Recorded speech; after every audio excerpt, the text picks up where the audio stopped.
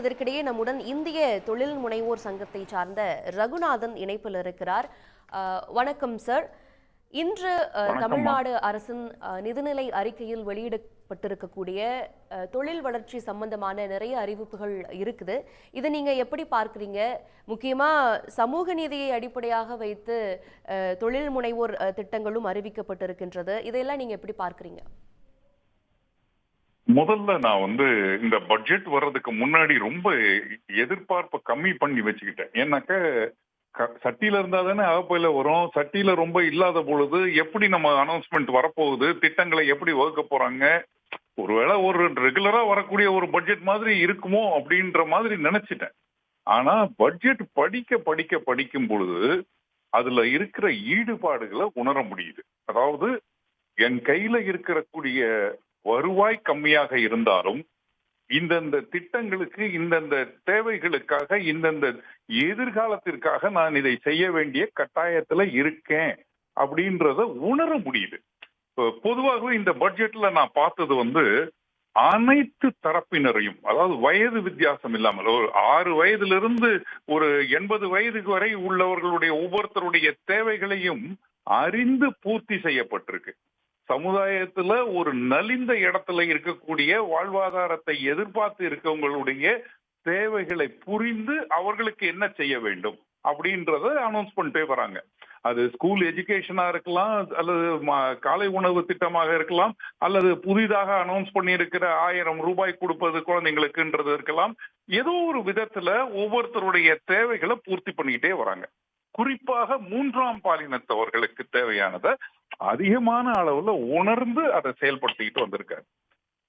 புத்தொழில் ஆக்கத்துக்காக அதிக முதலீடுகளை கொடுப்பது அல்லது ஊக்கத்தை கொடுப்பது, புதிதாக அவர்களை வளர்த்தெடுப்பது, இன்டர்நேஷனல் லெவல்ல அவங்களை எப்படி கொண்டு போறதுன்றதுக்காக ஒரு எக்ஸ்போ மாதிரி ஒண்ணு கொண்டு வரணும் 2025ன்றது, இதெல்லாமே ரொம்ப பாராட்டத்தக்க ஒரு சில அறிவிப்புகளா நான் பாக்குறேன். திறன் மேம்பாடை பற்றி பேசணும்னா அதை பற்றி நிறைய ஒரு இது சொல்லியிருக்கிறாங்க. 3ஆவதாக அவங்க சொல்லியிருக்கிறது இந்த இன்னோவேஷன் சென்டர், இன்குபேஷன் சென்டர், இத மாதிரியான கட்டமைப்புகளை தமிழகம் மொத்தத்திலையும் உருவாக்க போறோம். இனிமேல் வளரக்கூடிய ஒரு நிலையில இருக்கக்கூடிய இண்டஸ்ட்ரீஸ நம்ம கொண்டு வரணும். ஆர்டிபிஷியல் இன்டெலிஜென்ஸ பத்தி நிறைய பேசியிருக்காங்க.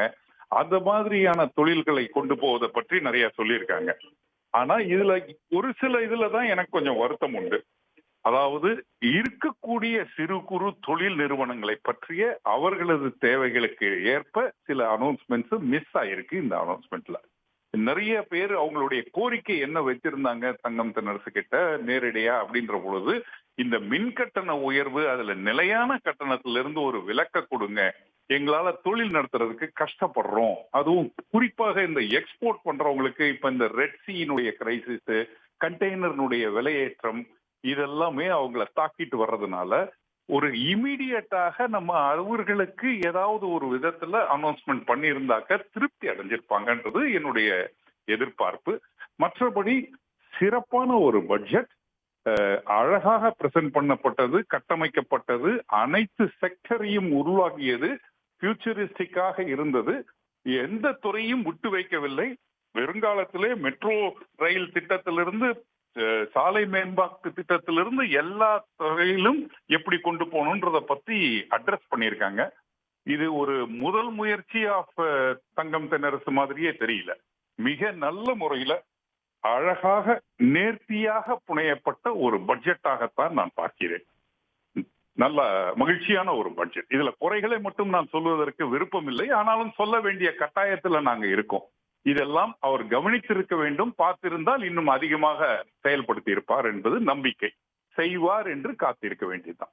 உடனுக்குடன் செய்திகளை தெரிந்து கொள்ள சன் நியூஸ் பெல் ஐகானை கிளிக் பண்ணுங்க.